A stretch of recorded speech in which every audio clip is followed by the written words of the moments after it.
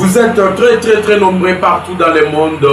Vous nous faites confiance, éparpillés dans le monde de la diaspora congolaise et aussi à l'intérieur de la République démocratique du Congo.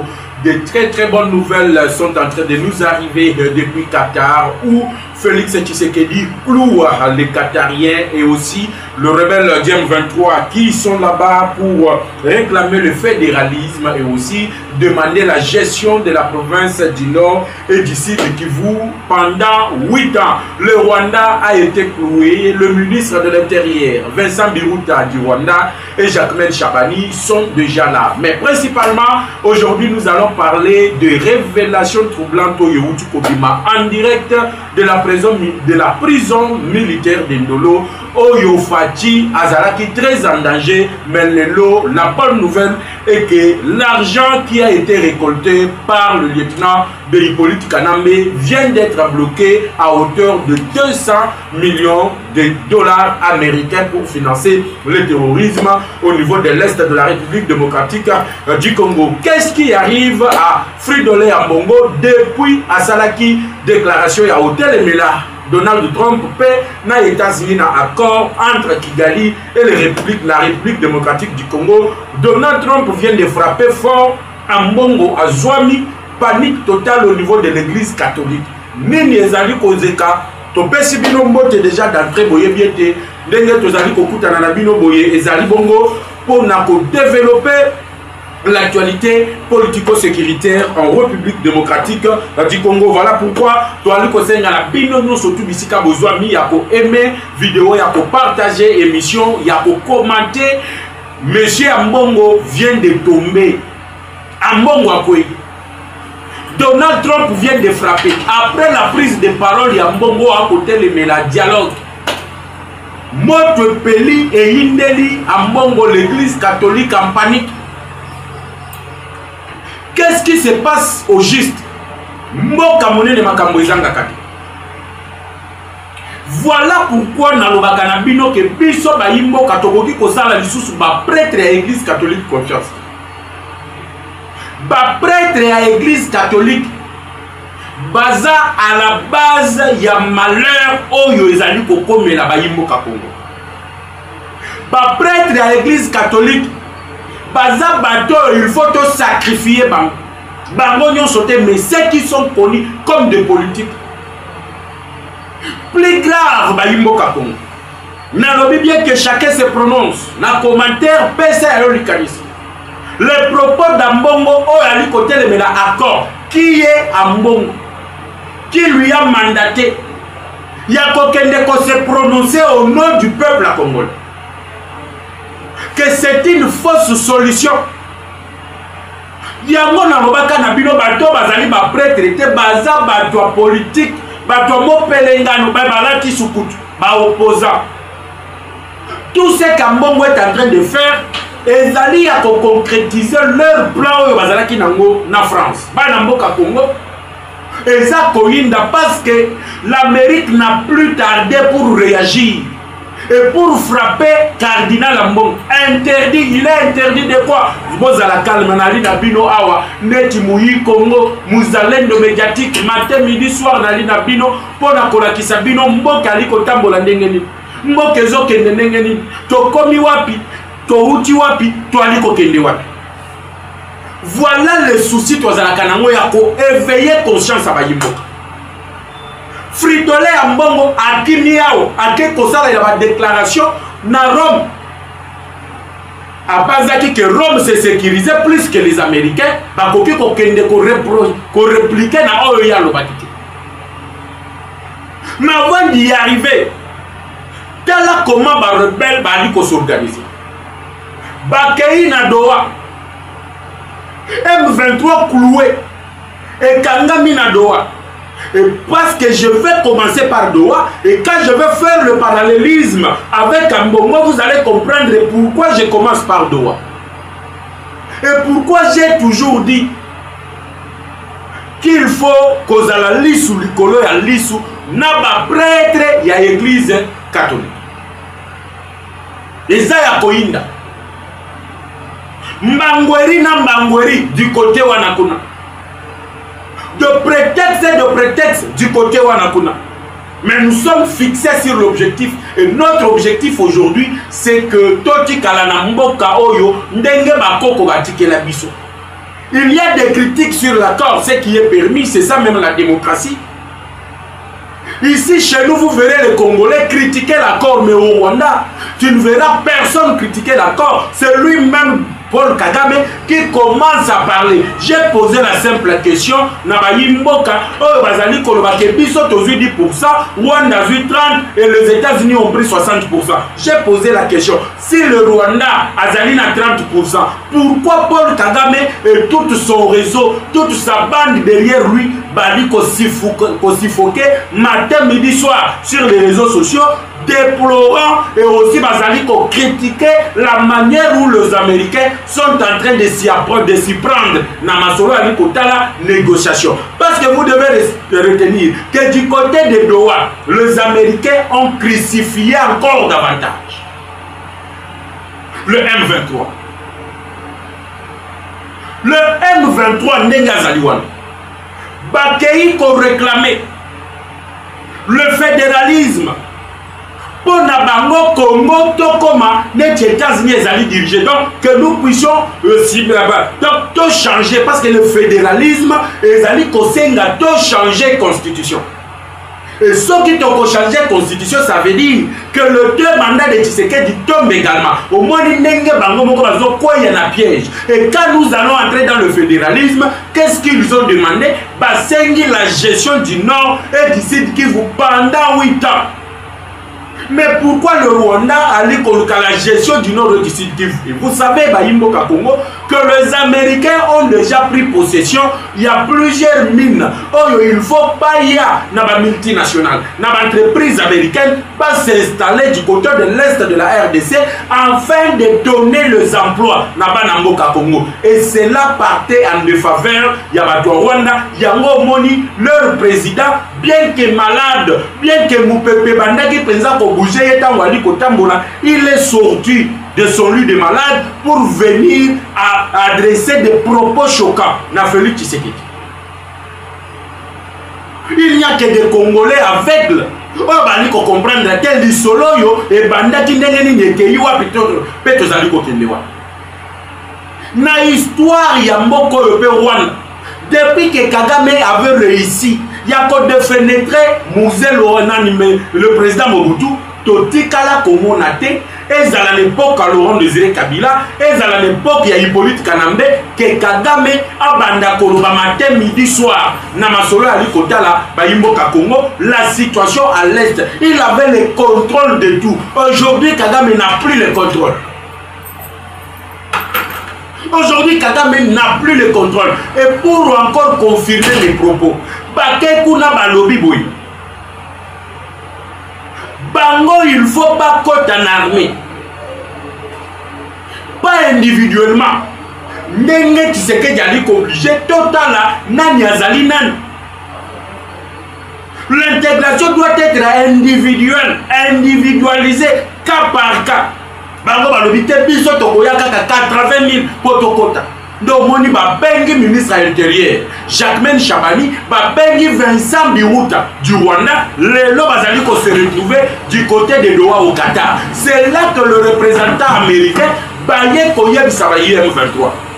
Bolinga te, vous devez signer l'accord avant tout la fin de la semaine de Tokobanda, parce que vers la fin de la semaine Félix Tshisekedi et Paul Kagame Bakozala déjà au niveau des États-Unis dans le bureau ovale de la Maison Blanche pour signer la dernière étape. Et quand il signe la dernière étape, Donald Trump a déjà anticipé en envoyant le général qui est chargé. Il a suivi, il y a concept d'opération, tu as dit combien de CONOPS, pour signer le début des opérations mutuelles.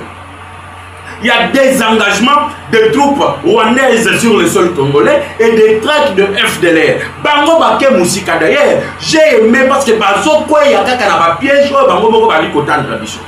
Vous avez suivi Paul Kagame, vous avez suivi le ministre des Affaires étrangères rwandais. Bango balobi que le FDLR bazali au sein de FARDC. Yango ne komekape eta lisabiso na FARDC banani bazali barwande banani bazali barwande te. Parce qu'il a été dit dans l'accord que le service de renseignement de deux pays avec celui des États-Unis, ils vont collaborer ensemble.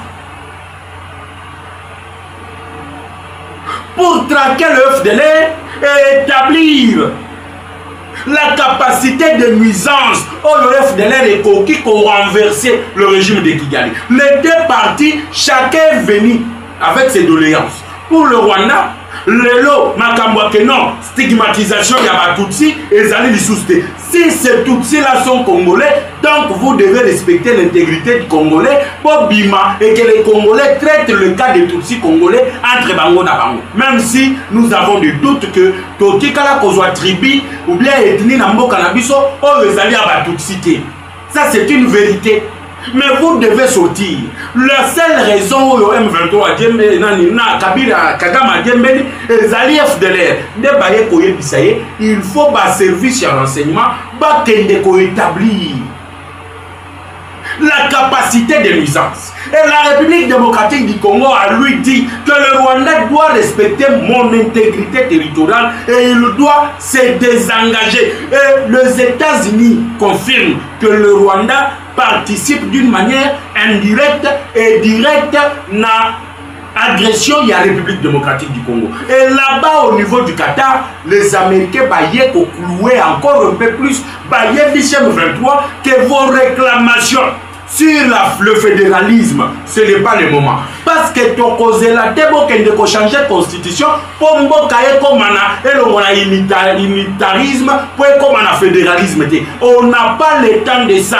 Le fédéralisme, c'est au peuple de décider. Car c'est le peuple qui est le premier souverain primaire qui doit décider et pas les individus réunis au Qatar. Cloué.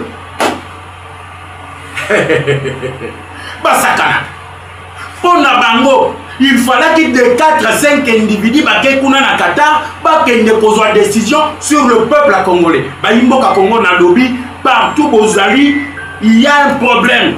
Pour se prononcer na sortie médiatique ya Fridolin Ambongo. Bondimi yango to bondimi yangote.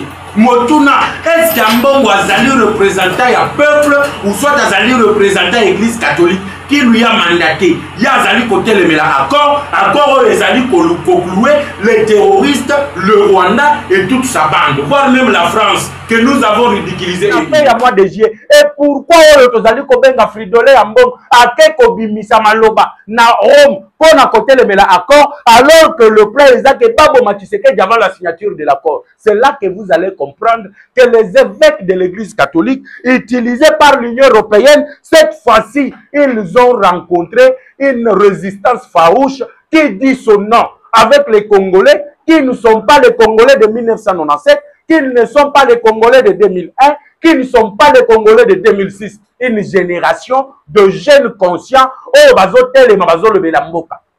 Nalobaki na bino ke mutu na mutu ako payer le fruit oh ya oya salaki. Il se croyait tout puissant. Comme à sali ba déclaration au niveau ya Rome, États-Unis alinga katika ye pepele. Toza na bino ao. La réaction des États-Unis qui viennent de clouer le soi-disant cardinal Fridolin Ambongo. Un étranger comme tous les autres, le Vitalo, le Hippolyte et les autres. Yokasiko bayebicheni. Et vous allez dire que non, on est en train de traquer les généraux katangé. Namoni Kizengi, Apero Louara, Sali vidéo, toute une émission. Il y a qu'à révolter les autres officiers katangé. Il faut passer à la coup d'État. Vous vous trompez. Vous vous trompez.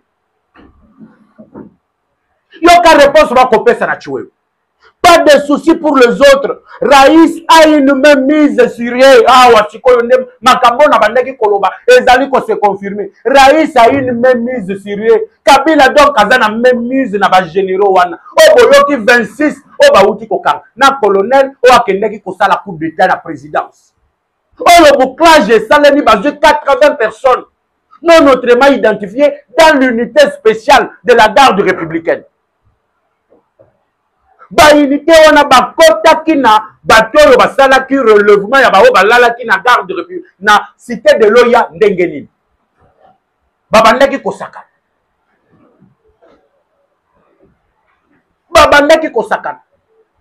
yango nalobaka matin midi soir soki nzambe azali mpo na yo ata bato batelemeli yo ndenge nini Dieu te sauvera toujours. Dieu te sauvera toujours.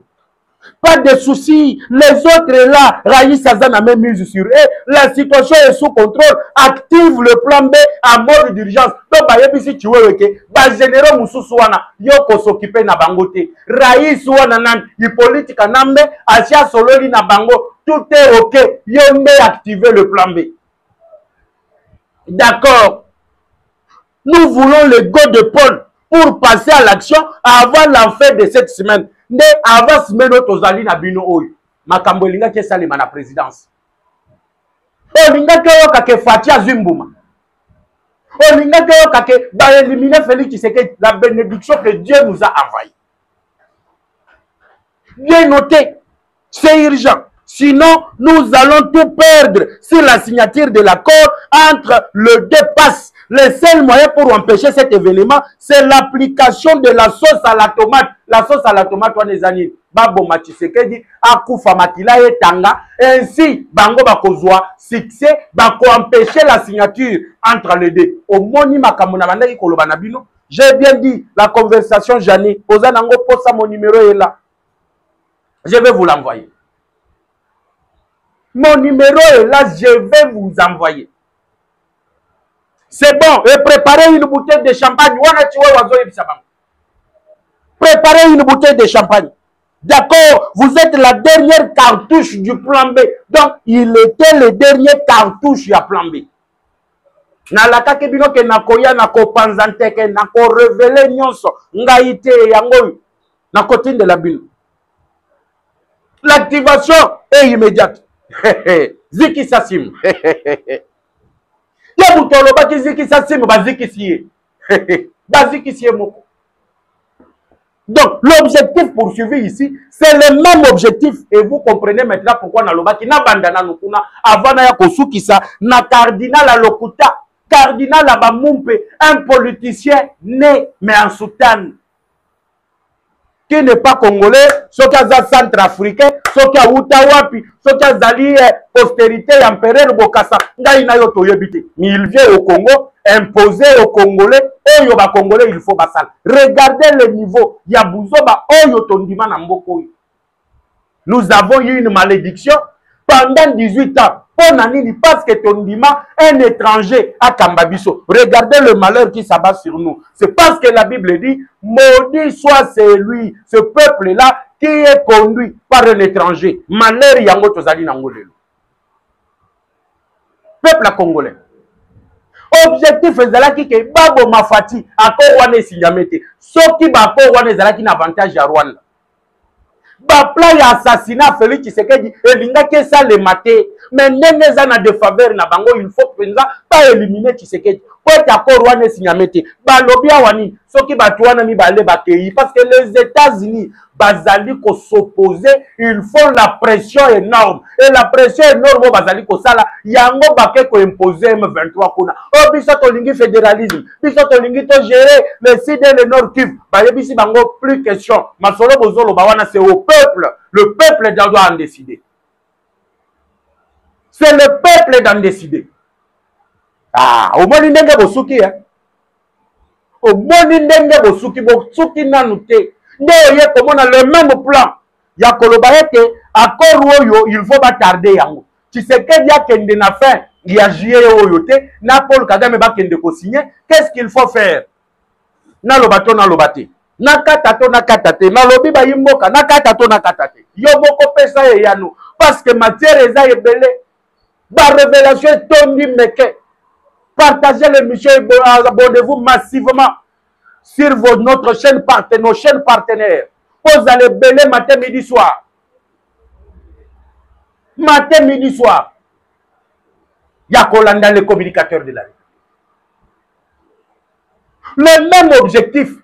Oh, le plan B est simité. bayoki ke na Chiwewe na ba généraux oyo Kabila tiaki mutem oh non Raïs a la même mise sirie bango wana komitungisa na yote bayoki ke bango nyonso zari bayoki ke na Chiwewe ye moko ake kobimisa ba audio abimisika ba audio te FBI na satellite américain eye kobimisa conversation ya Chiwewe na ba généraux na Hippolyte na chef d'état-major général ya armée rwandaise ebimaka te esali nini ebimi etango ebimi de oyoki ya mbongo akei na Rome pour activer parce que le plan B ekofi plan C ye en tant que cardinal église catholique alobi atelemeli signature ya accord atelemeli accord nde ozomona makambo ekomi kobaluka na ngambu na bango manyoko batielaki biso na mai tobalusi yango tosombeli yango nguba 6 ebaluki ekomi 9 9 ebaluki ekomi 6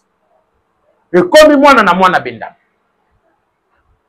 ekomi mwana na mwana bendana pe na minute oyo bana mboka Congo qu'est-ce qui est en train de se passer ambongo akomi koloba ke ndenge toza awa Donald Trump il n'est pas le tout puissant akobangisa mutu te les Américains ont dit bino église catholique banda époque coloniale vous avez desservi le peuple congolais bosali musala en défaveur ya peuple et cette fois-ci tout un chacun qui va s'opposer na signature ya accord il aura les Américains sur son dos obiso église catholique et abosani ye ambongo ke le pape oyo azali lelo na niveau ya église catholique wana pape wana Donald Trump mutu asala nyonso po azala wana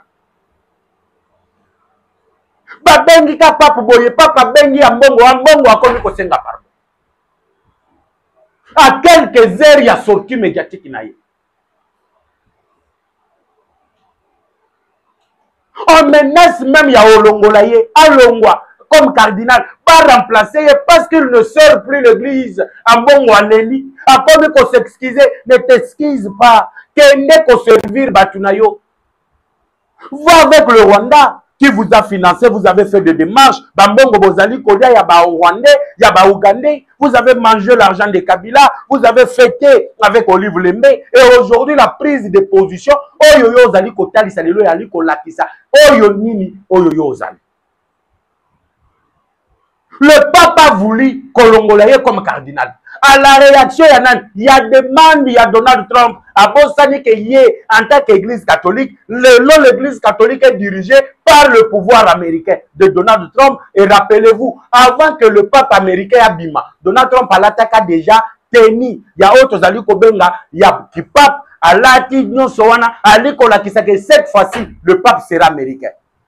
Quelques heures après cela, le pape est sorti américain. Bon, mon qui même tollé dans le monde, non, les élections ont été truquées, les Américains ont eu la même mise là-dessus. Ambongo abosana kiyango. Ambongo abosana kiyango. Ndo moni bango na ba fulgérance muteba. O monaki ake opesa nanga bénédiction, bazo sekana nanga, bazo bina banzembo oyo ya nyoka longo. Bami moni neti kuna bazoboma bandeko bazoboma wana bazaba nyama lelo l'amnistie kozalaki il n'y aura pas l'amnistie chacun doit payer de ses actes chacun doit être responsable yamabe asali na bana mboka Congo lelo vous comprendrez que nous avons eu la bénédiction la grâce et l'opportunité de mettre tous ceux qui nous ont déstabilisés qui nous ont opprimés pendant tout ce temps sous nos pieds. Sous le pied.